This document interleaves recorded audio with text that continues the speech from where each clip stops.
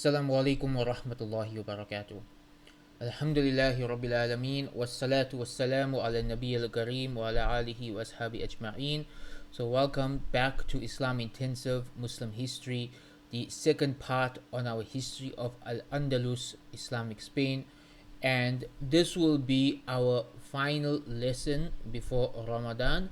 We will then take a 4 to 5 week break for the month of Ramadan. I personally prefer taking a break in Ramadan so I can focus on my ibadat, and I hope you all do the same as well. It also gives you a time to catch up with some of the lectures that you missed out on, or to repeat any of those that you may need to brush up on. But ideally, this is a time for ibadat, and so I'm taking on a lighter workload for the month of Ramadan. So this conclusion on the history of Islamic Spain will be our final lesson for now, our only lesson for the month of April.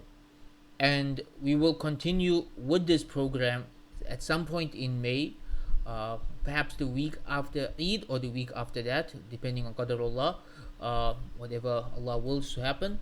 And we will then continue with the history of the other empires, like the Fatimids, the Mongols, the Ottomans, the Ayyubis, the Safavids. We still have quite a few empires to go through before we conclude with this program. So I'm hoping that this program on Muslim history will take us all the way into at least July, because we really have that much content still to cover. So with that, let's jump into today's topic. So last week we looked at Muslim Spain, al-Andalus. Particularly, we looked at Umayyad Spain. So Muslims ruled over Spain for 700 years. And this is a part of our history that's often completely forgotten about. Even though the peak of Umayyad Spain was the true golden age of the Muslim Empire. That was the absolute best that this ummah had reached as far as worldly accomplishments was considered.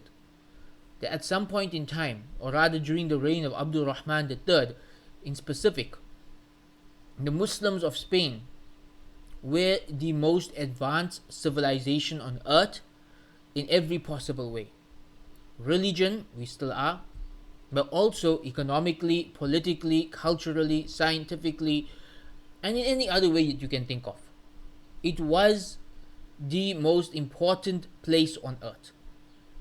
So what happened? What happened to make Islamic Spain go from the peak of human civilization to something that doesn't even exist anymore, and that most Muslims are not even aware of anymore? That's what we're going to cover today. So last week's history was the nice part. Last week's history was the part of the history of Muslim Spain that we feel proud of. That we long for and wish we could go back and live in that era, and that we wish we could experience it and see it for ourselves. What we're going to cover today is the dark part of the history, the stagnation and decline and eventual collapse of Muslim Spain. And this did not happen overnight. This is also a 300 to 400 year process, where the Muslims of Spain go through a few periods of rise and falls, none of which last longer than 100 years. And so it's a time of instability, it's a time of difficulty, and it eventually ends in complete bloodshed and chaos. When you look back at Muslim Spain, it's a place that has produced some of the greatest thinkers and scholars in the history of Islam. From one of my favorite tafsir scholars like al-Qurtubi, to the great Zahiri fiqh scholar Ibn Hazm, to philosophers like Ibn Rushd, and many, many other amazing intellectuals came from this place and this time. But what happens is that when a society reaches its peak, and especially when its peak is that good, where you literally have all of this world laid out at your feet, it is very easy to fall from there. It is very easy to lose all of it, to take it for granted and to lose all of it. And you have to remember that for the bulk of Muslim history, Muslims assumed that by default, if they conquer a land, it's going to stay under Muslim rule until the end of time. This was the assumption of Muslims living in the world at that time. Because up until this point in our history, any land that the Muslims conquered became Muslim lands permanently. Right? So the Muslims conquered Syria, they conquered Iraq, they conquered Egypt, they conquered Morocco. All of these lands are still predominantly Muslim lands today. Spain was the first time in our history where Muslims conquered a land and a few centuries later they completely lost it. It was a wake-up call for the Ummah, which sadly the Ummah did not heed that wake-up call, because later on, a few hundred years later, we would lose everything in World War I. But if you go back to that time, imagine you are someone living in Spain in the time of the Umayyads, and you have everything in this world. You have money, you have power, you have technology, you have science, you have education, you have peace, you have everything you want. You would not think that Allah is going to take this away from you and give it to somebody else. Mainly because you are a Muslim and everybody else is kafir. Right? It never crossed their minds that if Muslims were not appreciative of what Allah has given them, Allah would take it away from them and give it back to the disbelievers. This didn't cross the mind of the majority of Muslims. And that's one of the reasons why the Ummah has fallen in so many parts of the world. And Spain was the first major one to fall. So what happened first? Last we spoke, we said that the Umayyad Empire, it came to an end with people fighting over power. So that began a period of time known as Mulukut Tawaif, the fractured kingdoms, right, or the mini kingdoms, mini states. I think that's a better definition of it in English, mini states. So essentially, what happened was, when the Umayyads lost power, al-Andalus split into mini states, and for the next 40 years, each of these states were at war, each claiming to be, the ruler of each state claimed to be the ruler of al-Andalus. So like Cordova became its own state, and each of the other places became their own state, and the Muslims fell into a period of civil war known as the period of Mulukut Tawaif, kings of provinces. And I always look back at this and I find this so fascinating that, if you look at the parallel of the downfall of Islamic Spain and where we are today, that Spain, Muslims conquered it, they ruled it, it peaked, it reached its golden age, and then it split into mini states. The Ummah as a whole grew, conquest, peak, golden age, and where are we today? Where are we today as a Ummah as a whole? Mini states. What was once the Ottoman Empire is now dozens of different countries, each claiming to be the ruler of their own land. Some as small as 1 or 2 cities. Mini states. It happened on a local level with Spain, it's happening now on the global level. What will happen next? Perhaps will happen next with Spain, or perhaps something else. Allah knows best.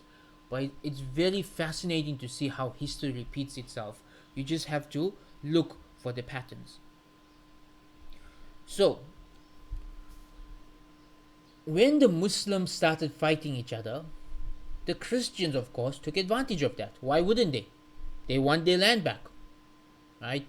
They did not stop seeing Muslims as foreigners in their land. They did not stop seeing Muslims as conquerors. They did not stop seeing Muslims as the other. For the European powers at that time, particularly the Christians in France and Spain, Muslims were the enemy. So when Muslims were fighting each other, of course they were going to step in and take advantage of that. And so they began to form alliances with different Muslim kings against other Muslim kings, to plot and plan to get the Muslims to be in a state of constant war with each other, hoping that this would destroy what was left of Muslim Spain. And it might have worked.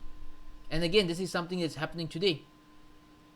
We have the same thing happening today with America and these other Western powers allying with Saudi Arabia and the UAE against Yemen and Palestine and whoever else. What's going on here? We have Muluk Tawaif on a global scale. We have the disbelievers on a global scale. We have the same alliance on a global scale, and the goal is the same: to make Muslims fight each other and to hope that this brings about the end of the empire altogether. But that's not what happened with Spain. Spain would remain a Muslim land for another 300 years. Allah had other plans, and we hope that Allah has other plans for this ummah as well. So the rescue of Spain came at the hands of the leader of the Murabitun movement, Yusuf ibn Tashfin. And he is the one who managed to re-establish Spain as a Muslim land.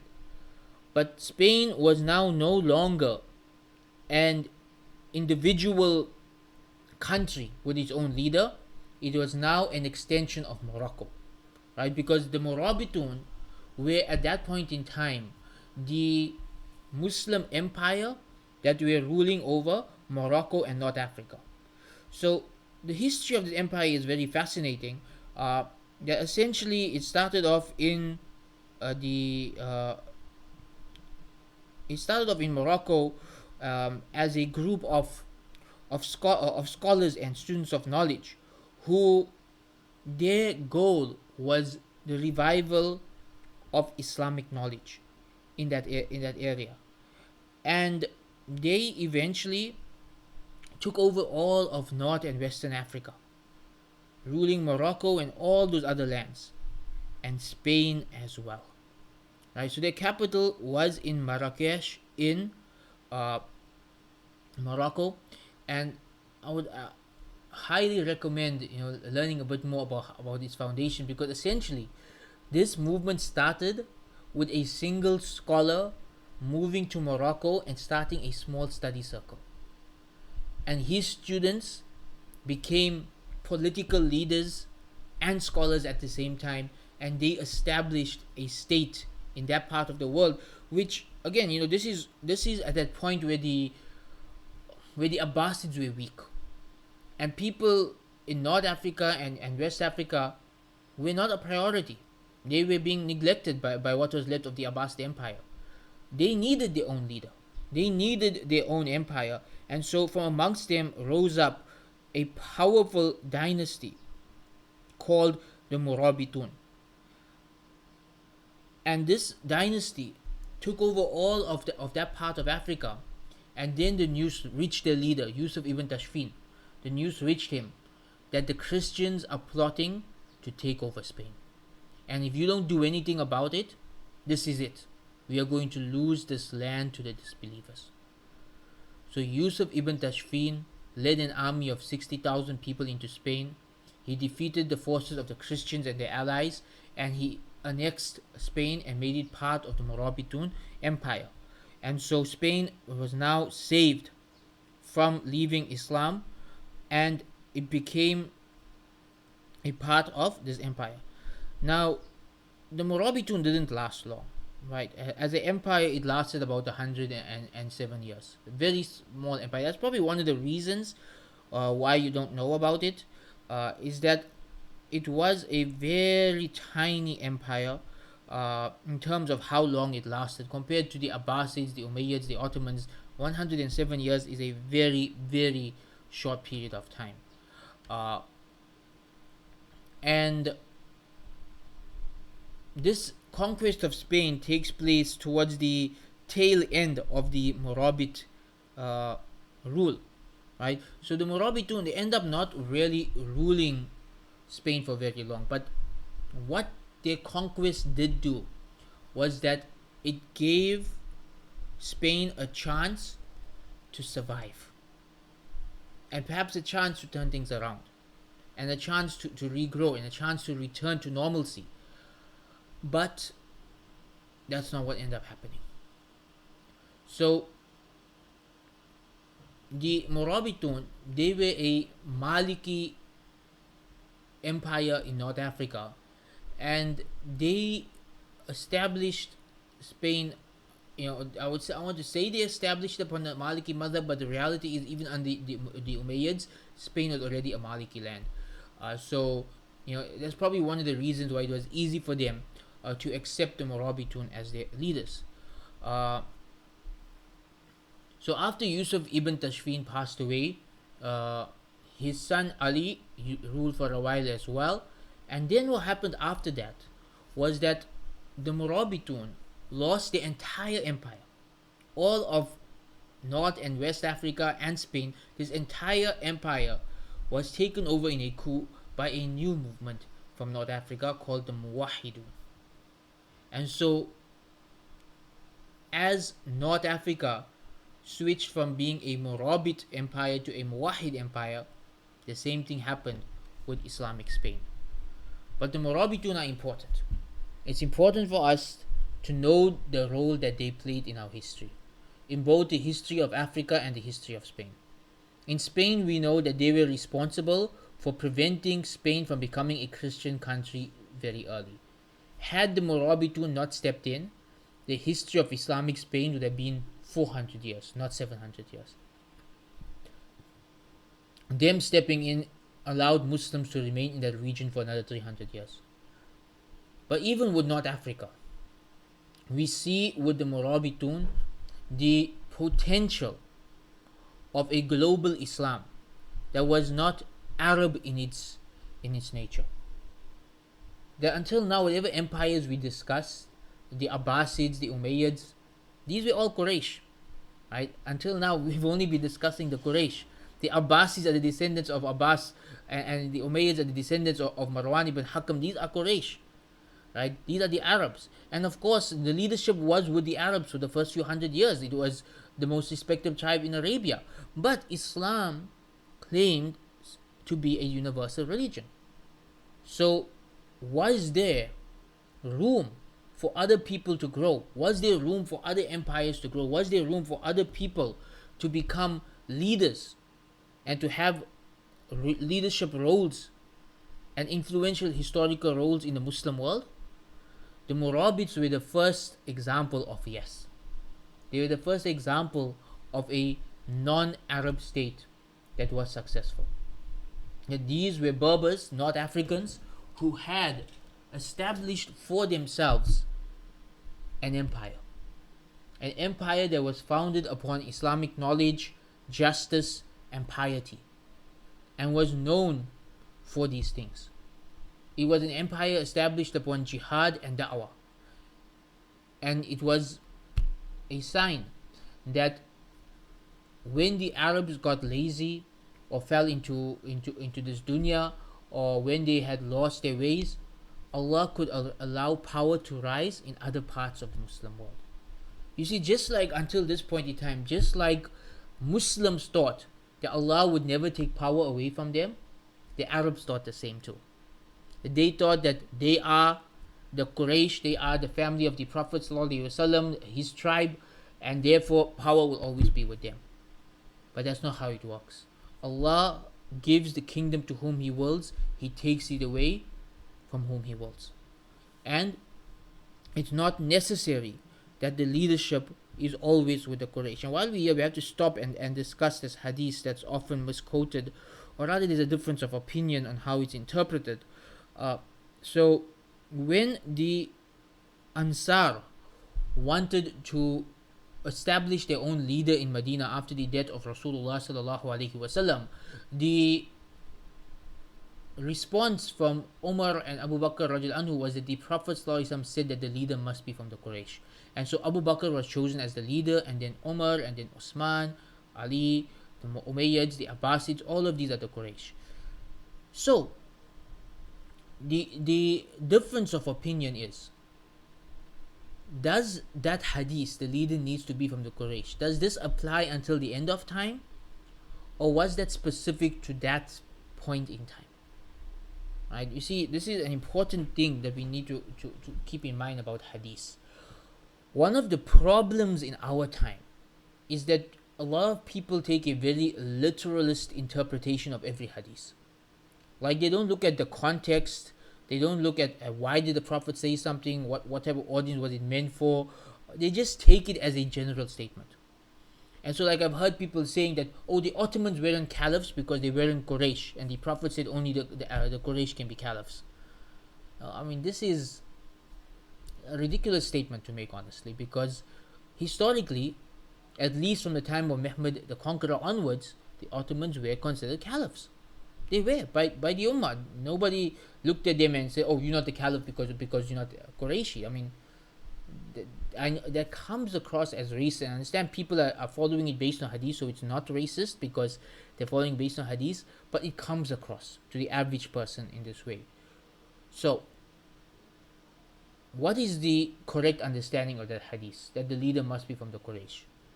The understanding that I follow and which seems to be strongest is that was talking specifically for Arabia in that generation after the Prophet ﷺ. Why?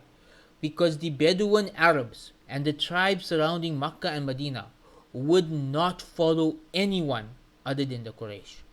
Had anybody else come into power at that point in time, there would be rebellions, there would be the end of the empire. It will crumble. Nobody would take them seriously. The only people that the average Arab respected enough to treat as a leader were the Quraysh. So understanding the mindset of his people, understanding the mindset of the Bedouin Arabs, the Prophet ﷺ said this as a statement for that time, that the Quraysh had to remain in power during that period. Now, hundreds of years later, where the word Quraysh doesn't really mean anything anymore, you follow whoever's in the leader, right? Islam has been established. Is it still necessary that the leader is from the Quraysh? Some taking this hadith literally say yes. Others taking this hadith contextually say no. I fall into the second camp.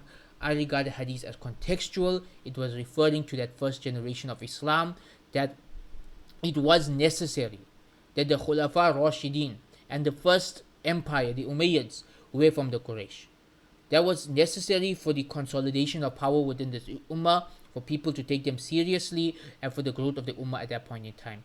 Once Islam was established in the world, it was no longer necessary that the person in power be from the Quraysh. And so we got the Murabids, we got the Muwahhids, we got the Ottomans, we got the Mongols, we got all these other people from other parts of the world coming into power, and all of this is fine. All of this is fine.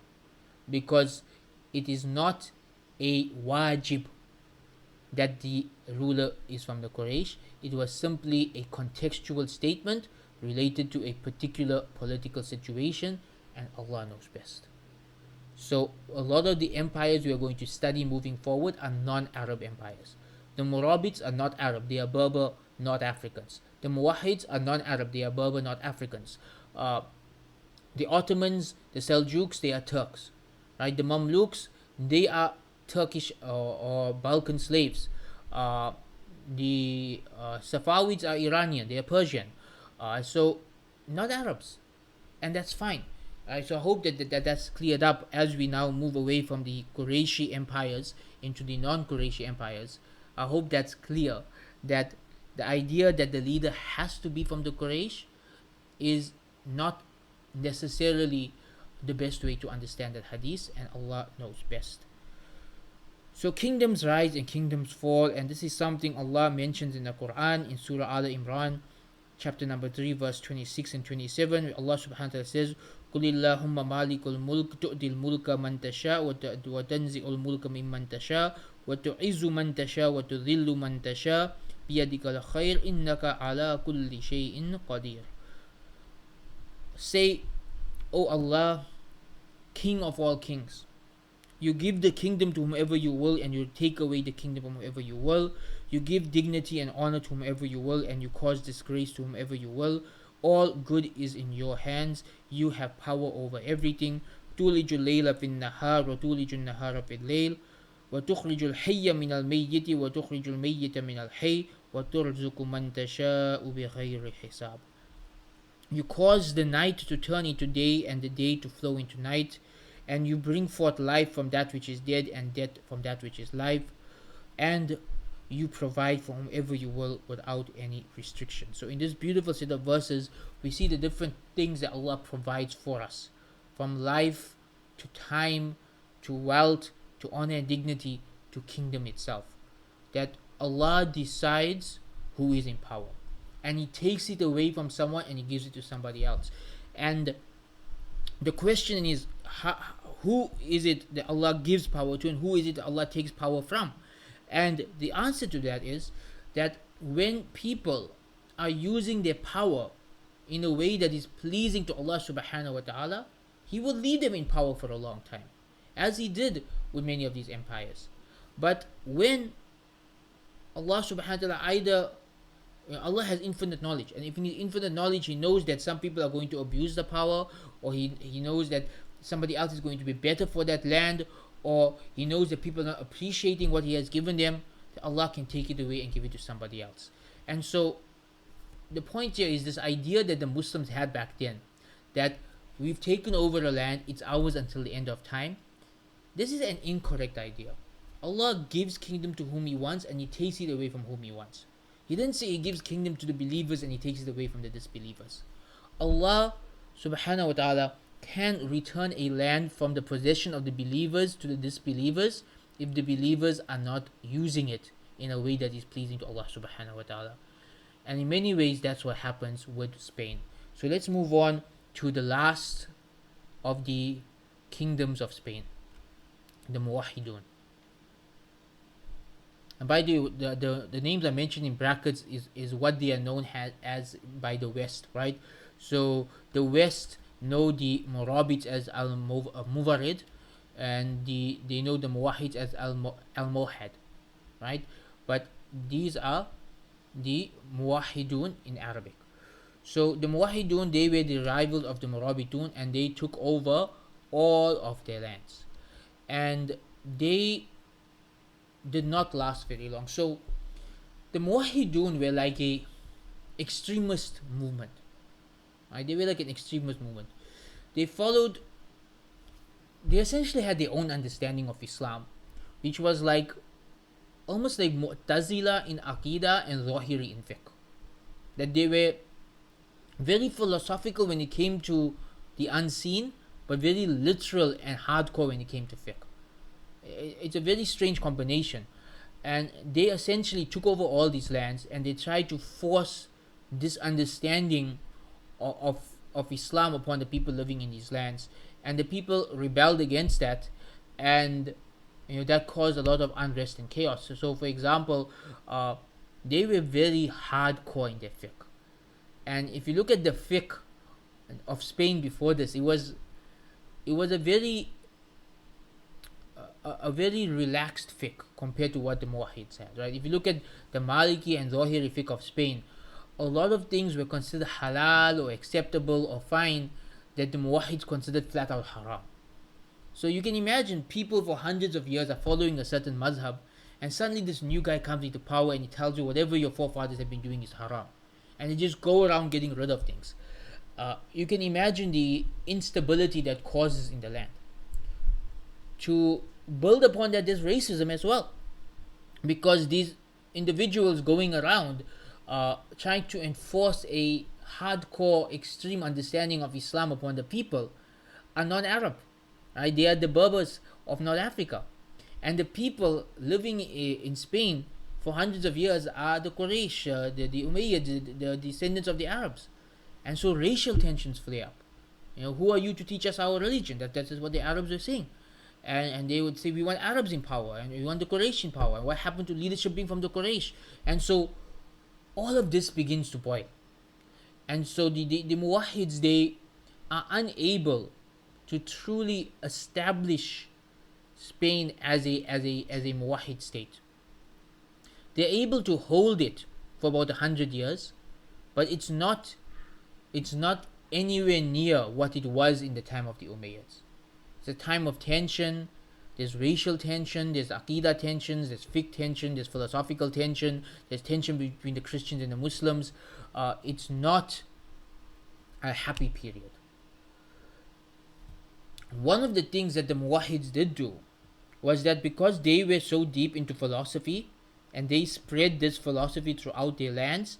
Uh, this philosophy eventually reaches the Christians, and it begins to influence Europe. And so the Christians of Europe, right till today, modern liberal philosophy, a lot of its roots go back to the philosophy that they learnt from the philosophers of Spain during the Muwahid Empire, particularly Ibn Rushd. Right? So Ibn Rushd, known in the West as Averroes, he was a philosopher who lived about 900 years ago.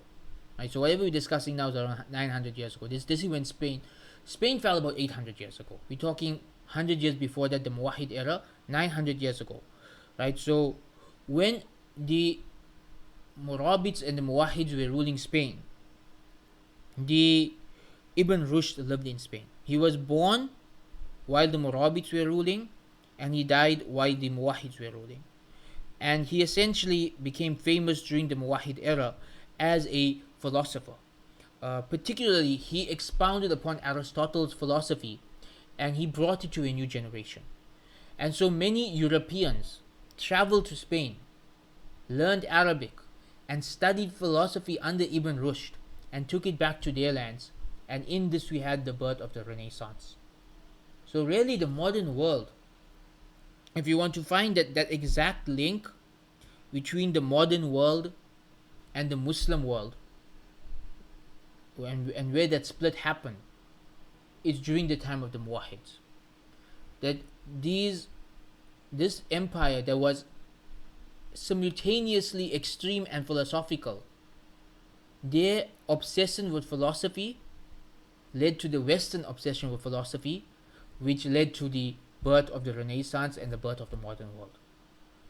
So, armed with philosophy, the West begins to grow. They begin to rise up. Their dark age ends. And the dark age of the West coincided with the golden age of Islam. And so the end of the dark age of the West coincides with the beginning of the decline of Islam as an empire, not as a religion. Islam is still, alhamdulillah, the most practiced religion in the world. It is the most practiced religion in the world. Right? There may be more Christians in number, but the most practiced religion in the world today is Islam. But the empire began to fall and began to crumble then and there. So we see this curve that the Europeans were going downhill, dark age. The Muslims were going uphill, peaking, and then suddenly there's a split. It goes in the opposite direction. That philosophical knowledge and scientific knowledge and all of this is transferred from the Muslims to the Europeans during these 300 to 400 years. And we see the end of the Muslim world in Spain and the beginning of a modern Europe that eventually grows into what it is today. So the Muwahids could not hold their power in Spain. They had to deal with rebellions from amongst the Arabs. They had to deal with rebellions from amongst the Christians. Eventually they lost their power to a Christian alliance, and Spain fell back into turmoil, very similar to the Muluk al-Tawaif period, and this remained the case for almost 100 years. So there's still Muslims in Spain after the downfall of the Muwahids, but there's no Muslim empire in Spain. We now once again have mini states, some Christian, some Muslim, almost all of them at war with each other. Greed and racism have gripped the hearts of the Muslims. Everybody wants to be the king of Spain, and they don't care which Muslims they have to betray, which Muslims they have to kill, whatever it is, to become the king of Spain. Under this greed, they absolutely destroy whatever is left of their own kingdom. And over the next 100 years, Spain just begins to completely unravel and fall apart. The Christians, seeing this happen, they begin to take over the lands, either by bribing the Muslim kings, or by killing them, or by deceiving them. But slowly, more and more provinces fall to the Christians, and the Muslim parts of Spain become smaller and smaller and smaller until there's just one tiny kingdom left. And then on the 12th of Jamadul Awal, 896 years after Hijrah, which is 800 years after Tariq ibn Ziyad marched into Spain and conquered it in the reign of Walid ibn Abdul Malik. 800 years later, the Christian rulers of King Ferdinand and Queen Isabella, they take over all of Spain, and it becomes a Spanish Christian kingdom which it remains until today. For 800 years, Muslims were in Spain. They say for 700 years they ruled Spain, and the last 100 years was just chaos and bloodshed. But the real dark event, the one that the rivals what happens with the Mongols a few 100 years later, is the Inquisition. Actually, the Mongols happened before this, right? But the Inquisition of Spain. So this is about 200 years after the Mongols sacked Baghdad. So the Christians now begin to give the Muslims an ultimatum: get out of Spain or die, or convert to Christianity. Right? There's no jizya. Muslims still gave them full freedom of religion. For the entire 800-year period, Christians could live in complete peace and safety in Spain under Muslim rule. They thrived under Muslim rule, as did the Jews. But Christians come into power, and it is a massacre, a complete and total massacre, to such an extent that the Muslim population drops to 0%. Everybody either flees the country, dies, or converts to Christianity while remaining secretly a Muslim. Now, one can argue that there were still Muslims in Spain for at least 100 years after this, but these were secret Muslims. These were people who were openly Christian. They were wearing the cross and going to church and practicing Christianity, but then at home, hidden away in a small desk drawer, they would have a Quran. When no one's watching, they'd pray Salah, and they would quietly teach their children about Tawheed and about the Quran and about the Prophet Muhammad, and they'd tell them to keep it a secret. And so the Christians began to look for signs. They began to look for Qurans. They began to look for prayer rugs. They began to look for who's taking a bath on a Friday. People who's making wudu. And any sign they could find that somebody was practicing any elements of Islam, they would kill that family. They would just kill them. And so eventually, Islam disappears from Spain. I mean, how many generations can you maintain a secret religion for? Eventually, your children or grandchildren or great-grandchildren are not going to remember. They're only going to be following what's the dominant culture. And Christianity is once again the dominant culture of Spain, and so that becomes the norm. Now, it's interesting that the Christians of Spain and whichever lands they moved to afterwards, like Mexico, they still maintain many elements of Muslim culture. Unknowingly, they don't even know it's Muslim culture. For example, you'll notice a lot of these Christian women from these lands, their names are Salma and Alia and other names like this. Where do these names come from? These are Muslim names, right? And there are many other things in their culture. If you go and you spend time with them, you'll see a lot of elements of Muslim culture that they assume is Christian culture. It's the remnants of their great grandfathers who were secretly Muslim, and those remnants remain today. So Spain becomes a Christian country. It remains so until today. It's only in the past 100 years, because of secular democracy, that Islam has slowly started to grow in Spain again. But of course, as a minority religion, with just a few masjids here and there, and a lot of their rights restricted. I don't know if we would ever see what happened in Spain happen again. The rise of a European Muslim empire that was so powerful.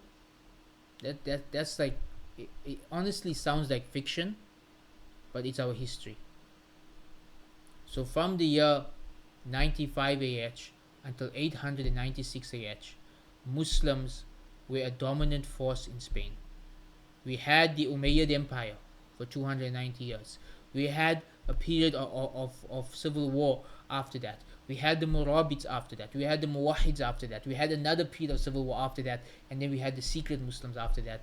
And then only the entire land fell back into Christian land.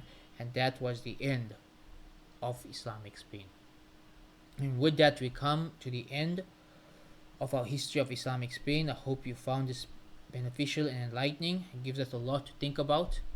Just a few lessons that we can derive from this before we close off.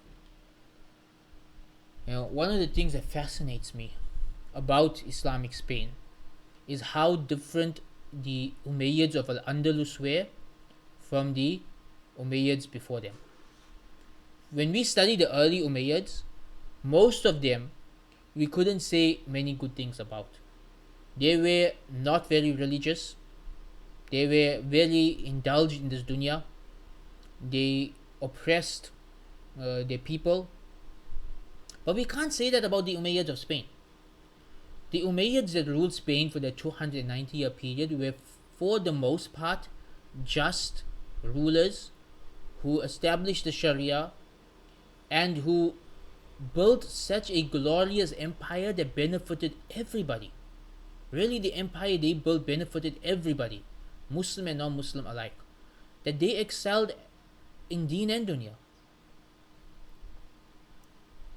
And this is something that's really fascinating.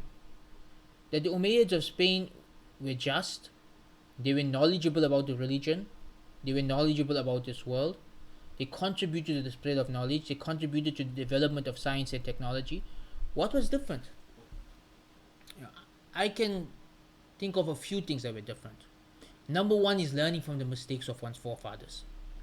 So obviously, when Abdul Rahman ibn Muawiyah goes on the run and he spends all those years in exile, he must have thought about what went wrong.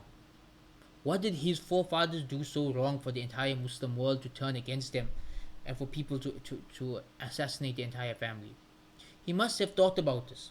And he must have realized the mistakes of his forefathers. And he must have decided that when he establishes a new empire, he's not going to repeat their mistakes. This is what I assume from seeing the difference between the Umayyads before him and from him onwards. That he must have learned from the mistakes of his forefathers. The early Umayyads were the first ever Muslim empire, and they made all those rookie mistakes, those beginner mistakes. And that's why they didn't last so long. The next Umayyad empire, those of Spain, they had already 100 years of experience to learn from.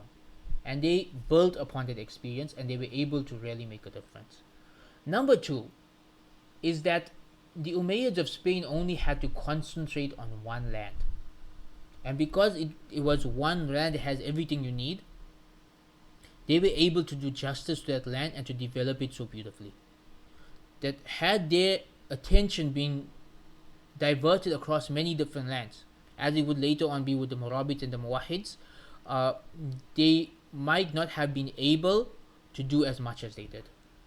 But because it was just that one land, they were able to truly just focus on building it into something beautiful and amazing. And number three is that it wasn't just the Umayyads that contributed to that land having a golden age during their reign. It wasn't just the kings, it was everybody. That was the point in time when Muslims began to peak everywhere. That we are now, at that point in time, we are reaching the 300-year mark of Muslim history. And Muslims had now been around for 300 years.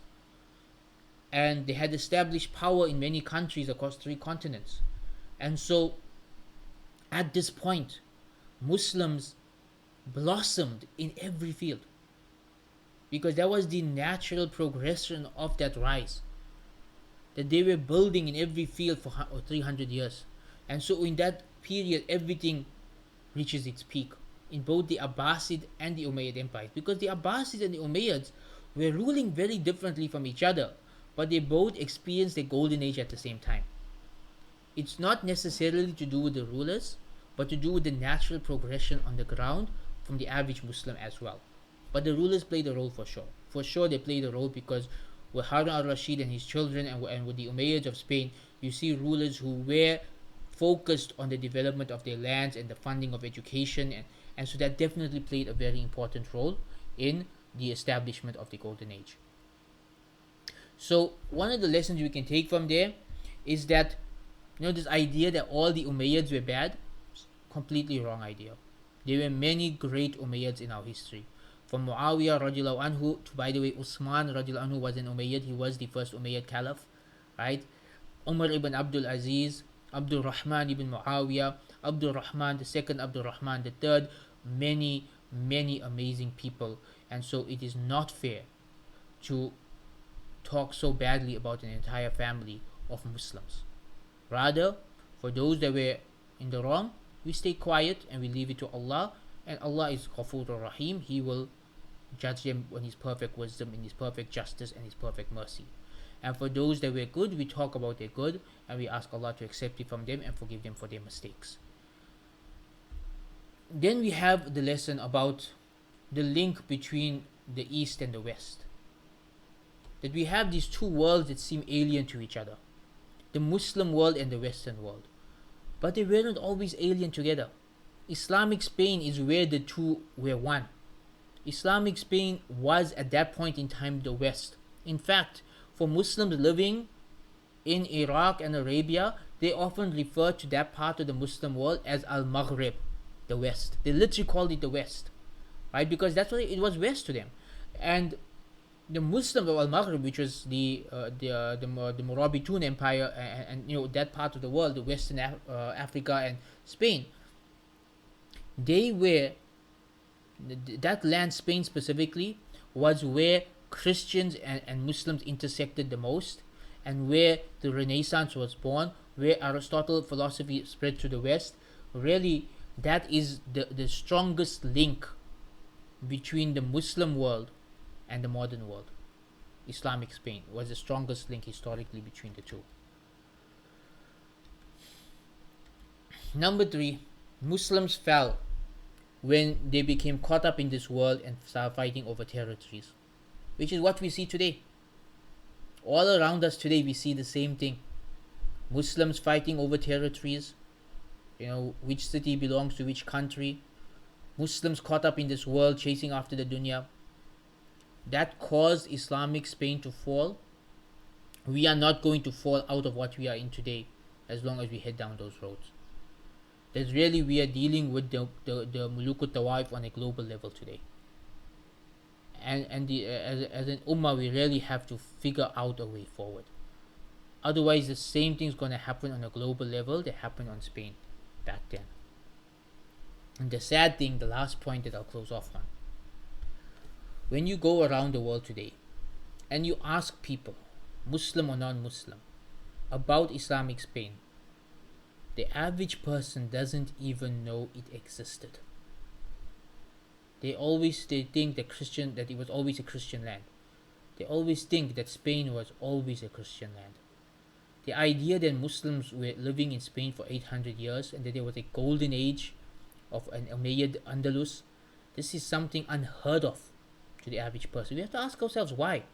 Why is this not in our Islamic history curriculums? Why is this not in the Spanish history curriculums? Why is this something that we don't talk about enough?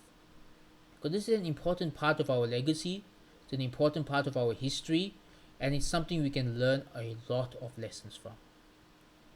So we'll end off on that point, give you something to think about.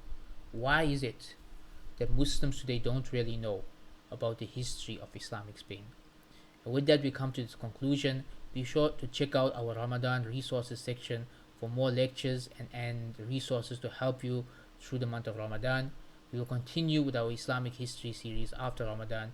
Subhana Rabbil Izzati Amma Yasifun wa salamun ala mursaleen walhamdulillahi Rabbil Alameen. Wassalamu alaikum wa rahmatullahi wa barakatuh.